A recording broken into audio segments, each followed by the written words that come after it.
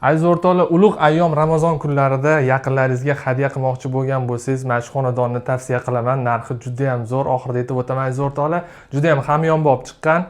Uyimiz 75 kvadrat metrli Yakkasaroy tumanida City Mall deb nomlangan turar joy majmuasida joylashgan. 3 xonali, 2 ta sanuzli bor.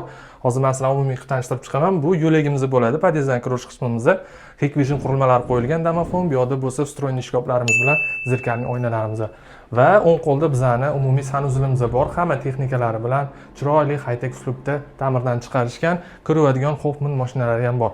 Bu yoqda bo'lsa lounge zonamizda, mehmonxonamizda ko'rsanglar bo'ladi. Yumshoq mebellarni qo'yishgan. Bu yoqda kattagina televizorlarimiz, chiroyli dekorlarimiz, xo'p, komodlarimiz bilan joylashtirib ta'mirdan chiqarib qo'yishgan. Bu yoqda bo'lsa 4 kishilik stol stullarimiz, bemalol yaqinlarimiz bilan o'tirib nonushtalarni qilsak bo'ladi. Va bizning kattalar yotoqxonamiz bor, ko'rsanglar bo'ladi. Master spalnimiz, bu yoqda o'zini loft shkaflari, garderobni shkaflari va komodlari va o'zini alohida sanuzliga ega. Ko'rsanglar bo'ladi, televizorlari, konditsioner, hamma sharoitlari podключ tayyor qilib qo'yilgan aziz o'rtoqlar. Va oshxonaga o'tamiz. Oshxonamizda vidvijnoy yaxshi loft eshigi qo'yilgan, ko'rsanglar bo'ladi.